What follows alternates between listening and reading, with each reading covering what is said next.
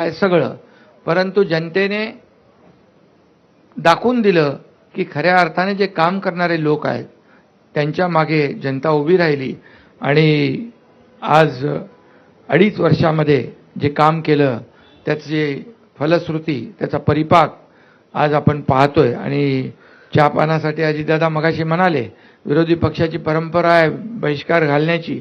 आम्ही त्यांना आमंत्रित केलं होतं, आम्हाला वाटलं येतील, परंतु जनतेनेच विरोधी पक्षावर बहिष्कार घातला आणि त्यामुळे एवढी लँडस्लाइड विक्ट्री मिळाली।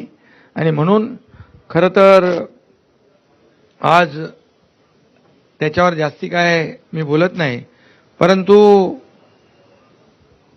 सुदृढ लोकशाहीचं जे काही आपण संकेत म्हणतो, सत्ताधारी पक्ष आणि विरोधी पक्ष जरी ते संख्याबळाने कमी असले तरी सुद्धा विरोधी पक्ष म्हणून आम्ही तिघही आणि आमचं महायुती सरकार कुठेही त्यांना कमी लेखणार नाही।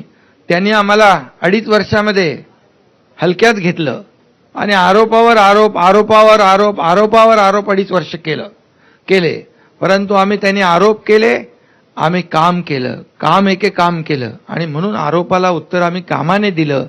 आणि म्हणून त्यांनी आम्हाला हलक्यात घेतलं म्हणून त्यांची ही गत झाली, त्यांना आम्ही काय हलक्यात घेणार नाही, आम्ही त्यांचा मान सन्मान नक्की ठेवू। आता त्यांनी सकारात्मक राजकारण केलं पाहिजे, कन्स्ट्रक्टिव्ह क्रिटिसिझमची अपेक्षा त्यांच्याकडून आहे आणि जिथं सरकार किंवा कुठं चुकत असेल तर विरोधी पक्षाने नक्की बोलावं, परंतु या ठिकाणी विरोधाला केवळ विरोध न करता सरकारच्या चांगल्या कामामध्ये अधिवेशनामध्ये आपण भाग घेतला पाहिजे सगळ्यांनी। सारखं ते काय त्याला म्हणतो सभात्याग करून लोकांना न्याय देता येणार नाही। आणि म्हणून आम्ही एवढंच सांगतो की आदरणीय प्रधानमंत्री देखील म्हणाले 2047 मध्ये भारत स्वातंत्र्याची 100 वर्ष पूर्ण करेल, तेव्हा विकसित भारत कसा असला पाहिजे यासाठी त्यांनी 11 संकल्प कालच जाहीर केलेत। आणि आपल्याला माहीत आहे की आम्ही आपलं महायुतीचं सरकार आदरणीय प्रधानमंत्री मोदी साहेबांच्या मार्गदर्शनाखाली आम्ही काम केलं, डबल इंजिनचं सरकार म्हणून आम्ही काम केलं। आणि म्हणून आमचाही देखील अजेंडा आहे याला प्रगत राज्य करायचं।